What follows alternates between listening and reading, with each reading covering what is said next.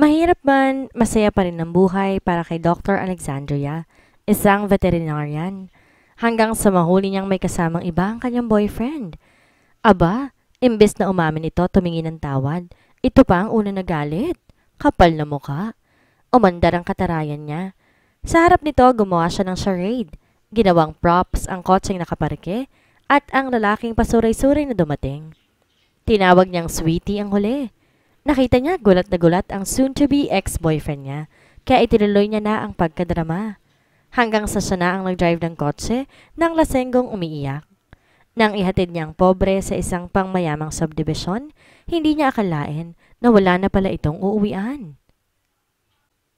Welcome back to my channel mga ka-love tales. Isa na namang nakakabaliw pero nakakaaliw na kwento ang ating mapapakinggan. Tunghayan natin kung anong susunod na mangyayari sa pagitan ng dalawang taong nagkakilala at nagkita sa pagkakataong hindi inaasahan. Ang simula. Boss, dito na lang ho sa tabi. Pinatigal ni Alexandria o mas kilala bilang Lexi ang taxi. Bulalakaw bar.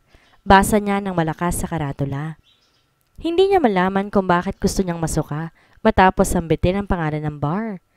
Tiningnan siya ng taxi driver na nakakunot ang noo. Sinasabi ko na nga ba? Talagang dapat nagmaneho na lang ko papunta rito eh. Dapat tiniram ko na lang yung owner type jeep ni tatay. Hindi pa naman siya umuwi ng probinsya. Hindi niya nahulaan kung ano nga ba ang nasa isip ng driver. Pero maaaring nagtatanong ito kung bakit ang katulad niya ay sasadya sa lugar na iyon. Nakadamit siya ng desente. May folder pang dala. Kung makeup ang pag-uusapan hanggang lip gloss lamang siya. Naka-ponytail pa ang buhok niyang hanggang batok lang ang haba at wala siyang borloloy sa katawan. Kagagaling niya lang sa ilang job interviews. Bayad ho, keep the change. Iniabot niya sa driver ang bill at mabilis nang lumabas ng taxi. Dito raw sa lugar na ito napapadala si Elmer, ang boyfriend niya, at may inilalabas na itong guest relations officer. Ayon kay Cheng, ang chismosang binibilhan niya ng waffle sa kanto tuwing pauwi siya galing sa kung saan mula sa mga ina-applyan niya ng trabaho bilang veterinarian. Ikaw naman, baka naman kamukha lamang ng tao. Sabi pa niya kay Cheng noon, sabay biro. Ikaw ha? Anong ginagawa mo sa Bulalakaw ha? Doon nagtatrabaho ang boyfriend ko no? Bouncer doon? Hay, naging mapungay ang mga mata nito. Sabalit panandalian lamang iyon.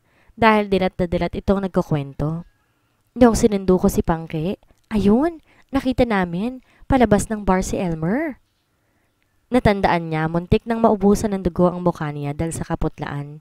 Malamang nagkamali lang si Cheng. Busy parati si Elmer dahil branch manager ito ng isang kilalang restaurant chain. Wala itong panahon para makipagrelasyon pa ng extra. Isa pa, professional to at professional din siya. Ipagpapalit ba naman siya ni Elmer ng gano'n na lang sa isang guest relations officer? Nakasapatos naman siya pero tumututo lang kanyang talampakan na tumapak sa mamasa-masang parking lot. Mabuti na lang tumila na rin ang ulan. Tiningnan niya ang refleksyon ng neon lights ng bar sa mga lawalawaan. Maliwanag pa pero may sindi na ang karatula nito. Tila nagpapapansin sa lahat ng dumaraan na mag-good time na muna. Tumambay siya malapit sa isang Hyundai Tucson na nakabukas sa mga bintana. May dalawang German Shepherds na nakasagay sa kalikuran noon. Napangiti siya dahil sa kulay ng mga ito. Ang isa pure brown pero itim ang nguso. Ang isa naman itim pero brown ang nguso. Tila nagpapaawa ang mata ng mga ito habang nakatingin sa kanya. Hello babies! Bati niya sa matinis na boses. Dumungaw ang mga ito sa bintanang malapit sa kanya kaya napangiti siya. As usual, she expected that they would go near her. Alam niyang hindi lang dahil amoy aso at pusa ang kanyang pantalon, bunga ng pakikipag-usyoso sa mga hayop kanina sa isang animal clinic nang siya ay nag-a-apply, kundi dahil likas na sa kanya ang lapitan ng aso, pusa at kabayo. Kaya nga Alexandria ang pinangalan sa kanya. Kwento ng mga magulang nung sanggol pa lang daw siya at katiwala sa isang rancho ang kanyang ama, ang di maawat na kabayo ni Don Diego ay tumakbo papunta sa kanyang inay habang siya'y kalong-kalong at pinapaarawan nito. Akala ng mga nakakakita, dadaluhungin silang mag-ina ng hayop. Pero huminto ang nagwawalang kabayo sa tabi ng kanyang ina at siya ay inamoy-amoy at pinagmasdan. Para raw siyang si Alexander the Great na nagpaamo kay Bucephalus, ang paboritong kabayo nito. Napatingin siya sa direksyon na naringgan niya ng tawanan. Siya ba ang pinagtatawanan ng mga to? Cotton shirt at maong pants ang kanyang get-up. Suot niya ang paborito niyang swerteng cowboy boots na regalo ni Don Diego sa kanya. Yakap-yakap niya ang accordion envelope na halos maghiwa-hiwalay ng harap at likod dahil sa dami ng laman. College diploma, birth certificate, transcript of records, pictures niya nakasama kung ano-anong aso't pusang inaalagaan at resume. Napagod siya kaka-apply sa trabaho. Napakadami naman kasing requirements kapag mag-a-apply ng trabaho dito sa Pilipinas. Gusto niya na lang umalis sa lugar na ito at umuwi sa boarding house at magmukmok na lamang. Kung mag-apply kaya siya sa potato corner. Joke lang! Siya namang paglabas ng isang pamilyar na muka at pamilyar na polo shirt mula sa bar. Kapwa pa sila nagulat ni Elmer na magkasalubong ang kanilang mga mata. Lexi? Bigkas nito sabay lapit sa kanya. Kasunod nito ang isang magandang babae na hanggang bewang ang tuwid na buhok na nagkakahalaga yata ng 10,000 dahil sa paulit-ulit na pagpaparibond. Anong ginagawa mo rito? Nakakunot ang noo at tila galit na tanong ni Elmer. Naasiwa siya sa ugali nito. Inunahan niya kagad ng tapang ang bikig sa lalamunan niya. Oh, hi Elmer. Kaswal at mataray niyang bati dito. Fancy meeting you here. Kinawayan pa niya ang babaeng nakabuntot dito. Ang babaeng 2 linggo munang lilipas bago niya aamining kamukha ng isang Russian supermodel na kinuha ng Hollywood para maging artista. What the hell are you doing here? May pagka-arugante ang tono nito. Alam ni Lexi, pinagtatakpan lamang nito ang galit ng pagkakamaling nahuli niya. Halika, may sekreto akong sasabihin sa'yo. Aniya sa boses na para siyang nag-a-advertise ng rum sa telebisyon. Sumandal siya sa SUV bilang suporta. Sa totoo lang, nanginginig siya sa galit at kumukulong kanyang dugo, subalit nagtitimpi pa rin siya. Lumabas mula sa bintana ng kotse ang ulo ng German Shepherd at kumiskis sa kanyang braso. Nabigyan nito siya ng lakas ng loob. Actually, sinusundo ko yung boyfriend ko dito. Simula niya. Kunwari pa tumingin siya sa bukana ng bar. May inasikaso lang. Sorry, hindi ko malang nasabi sa'yo na meron na akong iba. Nanunuya niya pang sabi. Tiningnan niya ang asong bigla ay tila gustong lumabas ng sasakyan. Lumipat ang kanyang mga mata sa lalaking dumarating ng pasuray-suray. Habang papalapit to, palakas naman ng palakas ang ingay ng 2 aso. Oh, sweetie, naparami ka yata ng inom. Inalalay niya ang lalaking props niya sa kanyang drama. Sa totoo lang, kahit anino nito, hindi niya kilala. Binuksan nito ang driver side ng kotse, pero pinigilan niya. Teka, ako na ang designated driver ngayon, remember? Inakay niya ito at pinasakay sa passenger side. Bukas, it's my turn to have beer, at ikaw naman ang driver. Sadya pa niyang nilakasan ng tinig para marinig yun ni Elmer na kasalukuyang naguguluhan at nagugulat sa mga nangyayari. Mutual understanding, paliwanag niya. Pagkatapos, inismera niya ito at pagalit na isinara ang pinto. Inabot naman ng lalaki ang susi ng kotse. Sinulyapan niya ito. Nakabaluktot na ito dahil sa kalasingan. Ilang kilometro na ang binabaybay ng sasakyan nang bumigay ang kanyang mga luha. Palihim niyang pinahid iyon at sinulyapan ang lalaki para i-check kung nakatingin to sa kanya. Ngunit ayun, nagmumukmok ito at natatakpan ng kamay ang mukha. Why? Sabi nito. Rio, why? Umiiyak na ito. Umikpi na rin si Lexi. Sabay silang humagulhol. Ang mga aso naman sa likuran sumang-ayon at malungkot na naghalinghingan. 56 Brooklyn Street. Banggit na ng lalaki. Pinasok ni Lexi sa pangmayamang subdivision ang kotse nito. 56 Brooklyn? Bulong niya habang minaman ni Obra ang sasakyan. Dumukot siya ng tissue box mula sa Kleenex na nasa dashboard. Nagpunas ng luha. Kumuha muli para abutan niyo ng lalaki. Tsaka hinanap ang kali ng bahay. Mabuti na lang at hindi iyon nasa dulo kung saang dead end ng subdivision. Ngayon lang siya nakarating sa lugar na to. Subalit madaling hanapin ang bahay ng lalaki dahil maayos ang pamilya na bawat bakuran. Ang number 56 hindi naman kataasan ng pader. May nakasabit pa itong karatula na may nakasulat na Wanted Dog Sitter. Mula sa sasakyan, naaamoy ni Lexi ang matamis na halimuyak ng bulaklak ng halamang gumagapang sa bakod nito. Amoy anis iyon. Press the gate remote. Anang lalaki sabay turo sa tinutukoy na button na nakadikit sa rearview mirror. Suminghot ito pagkatapos. Bumuka sa mabigat na tarangkahan na kulay tanso, ilang segundo matapos niyang pindutin ang remote control. Kasunod doon bumukas ang pinto ng garahe at dineretso niya ang kotse sa loob. Now what? Bulong niya nang ihintunan niya ang sasakyan. Binuksan ng lalaki ang pinto at nauna pa rito na bumaba ang dalawang German Shepherds at tuloy-tuloy pumasok sa kabahayan. Mukha namang gagapang ang lalaki palabas ng kotse, kaya nagmandaling bumaba si Lexi para lalayan ito. Nang makatayo ang lalaki, narinig niya ang malakas na dighay nito. Masamang signos. Oh no! Bulong niya. Alam niya na ang kasunod doon. Inikot niyang tingin sa buong garahe at kung ano-anong mga kagamitan na nakita niya. Agad niyang hinablot ang malaking lata ng pintura at mabilis na binuksan iyon. Tamang-tama. Nung yumuko ang lalaki, yon ang pinangsahod niya. Nilimas nito ang laman ng tiyan na puro naman alak. Patuloy itong umupo sa harap ng balde at mukhang kulang na lang, pati lamang loob ilabas na rin ito. Inagod niya ang likod nito. Sinulyapan ni Lexi ang relo. Pumikit at lumuwi. 8:00 na ng gabi. Gusto niya nang umuwi at magpahinga. Hindi siya maaaring magpahuli kinabukasan sa interview sa isang kilalang animal clinic. Kapag natanggap siya roon, magiging unang trabaho niya iyon. Kakapasa lamang niya sa board examinations ng veterinary medicine at kailangan niya ang trabaho para makapagbayad ng mga credit cards at sa mga kaibigang inutangan niya ng panggasto sa pag-aaral dahil wala naman siyang scholarship, hindi tulad ng kuya niya. Bumuntong hininga siya at naupo sa tabi ng lalaking nagsusuka habang umiiyak. Awang-awa siya rito. Nahalata niyang ilang araw na rin tong pinabayaan ng muka dahil mahaba-haba na rin ang balbas nito. Wala ka bang kasama sa bahay? Untag niya. Umiling ito. Humikbi at isinubsob muli ang ulo patapat sa lata ng pintura at dumuwal. God, ano ba tong napasukan ko? Tanong Lexi sa sarili. Tiningnan niyang muli ang lalaki. Mukha namang hindi ito bagay sa drama. Pang-action pa nga ang matitipunong katawan nito. Tiningnan-tingnan niya ito at namalayan niyang unti-unti lumilitaw ang kagapuhan nito. Kahit nalasing at nagsusuka ito. Alam mo kung ako sa'yo, magpapahinga na ako at matutulog. Tumango ito.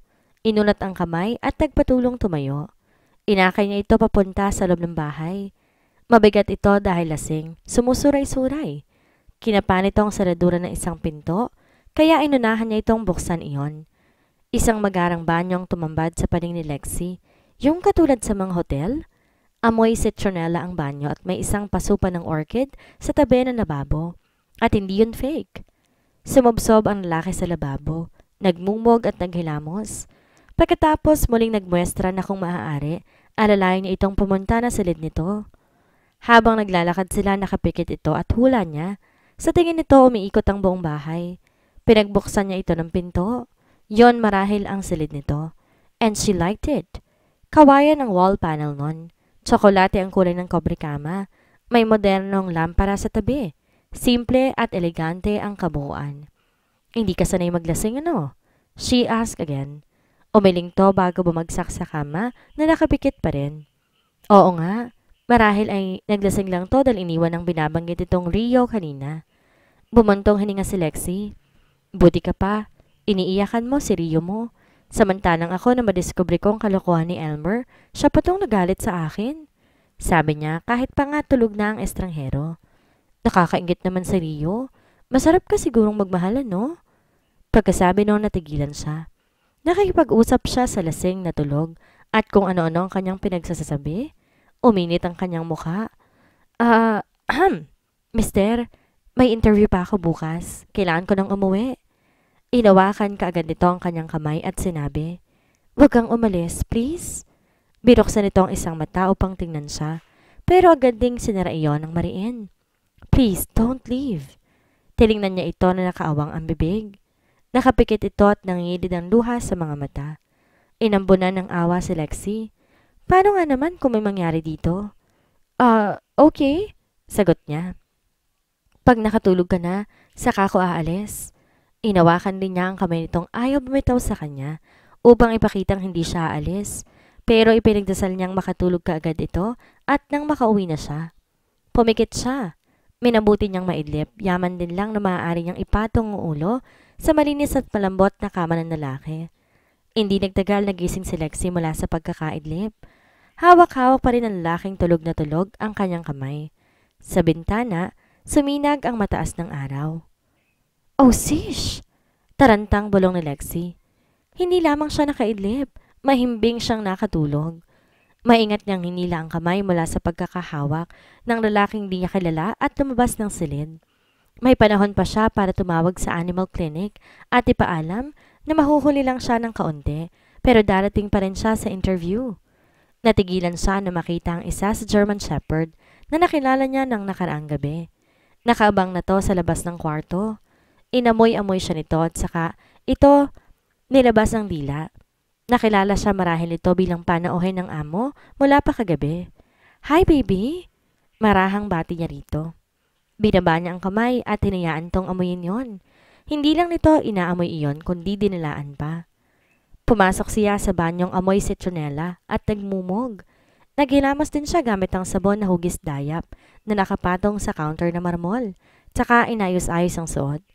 Gusto niya ipasa sa interview sa Cerdito Animal Clinic. Okay, show me the way out. Naalala niyang kanyang bag at envelope sa kotse ng lalaki. Please, show me the way out. Bibisitahin kitang muli at dadalhin ng pagkalaki-laking steak. Marahang kumahol ang German Shepherd. Nilabas ang dila nang marinig ang salitang steak. Oo, magugustuhan mo yun. Tinignan niya ito at saka binuksan ng kotse. Kinuha na ang kanyang bag at envelope. Thanks, goodbye, gotta go. Binuksan niya ang side door ng garahe at napahiyaw. Ayon sa kanyang harapan, ang sandoserong dambuhalang German Shepherd. Pakiramdam niya humahangin dahil kumakawag ang mga buntot ng mga ito na parang pamaypay at lahat yata may balak pang dambahin siya. Isinara niya ang side door at sumandal dito. Is there another way out of here? Tanong niya sa asong nakatingin sa kanya. Siya namang pagbukas ng pinto ng kabahayan. Patay! Who goes there? Malakas na tawag ng lalaki.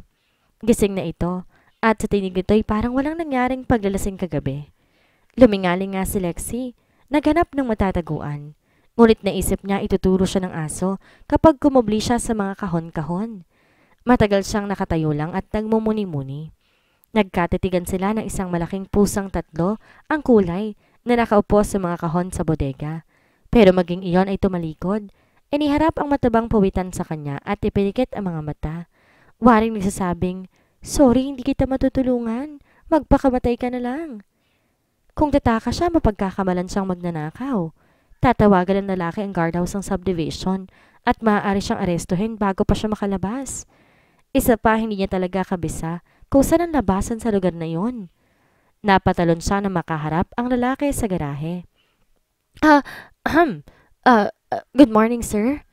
Bati niya habang maring hinawakan ang envelope at ang bag niya. Who are you? Kumunot ang noon ng lalaki. Parang wala itong natandaan tungkol sa nagdaang gabi. Iniwasan ni Lexie ang titig nito. Sir, ako ho yung dog sitter applicant? May enthusiasm niyang sagot at nakipagkamay dito.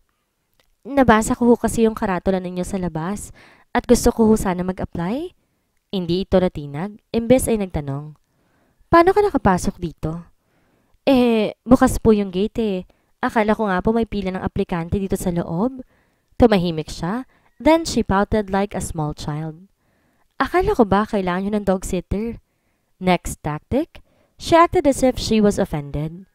Wag na nga lang, uuwi na lang ako. Tumalikod siya at binuksan ang side door. Pwede po ba? Pakisaway ng mga aso ninyo? Kanina pa nila ako sinusundan nang pumasok ako sa gate. Lumabas siya sa pinto at nilampasan ng mga asong umaamoy sa kanya. Kagila-gilala sa tahimik siyang hinatid ng mga ito patungo sa gate. Yes, safely, quietly out of the zoo. Tahimik siyang tumawa-tawa. Wais ka talaga, Alexandria the Great. Miss, sandali lang. Tumigil siya na marinig ang pagtawag ng lalaki at napapikit ng mariin. Hindi, okay lang sir. Baka sinasayang ko lang ang oras mo. Sana nga bang nabasa ng magarang subdivision ninyo? Please, sandali lang. Maaari kitang ma-interview ngayon. Pakiusap na lalaki. Bakit ba hindi niya ito matanggihan? Napakalakas ng persuasive powers nito.